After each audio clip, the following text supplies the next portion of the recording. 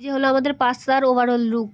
আর এই যে সেই ব্যক্তি যার পাস্তা খাওয়ার জন্য একেবারে জীবন বেরিয়ে যাচ্ছে একেবারে। খেয়ে বলো কেমন হয়েছে দিদা? সুন্দর সুন্দর। খাবা তো তারপরে বলো সুন্দর। খুব ভালো। এনার মুখেই শুনে নি। মুরগির পাখনার মতো সাদা। আরে ভাই তুমি গালে দাও। দে বাটি নিয়ে আসো না, তাহলে খাতে ভালো হবে। মুড়ির কাছে নিয়ে কেমন হয়েছে?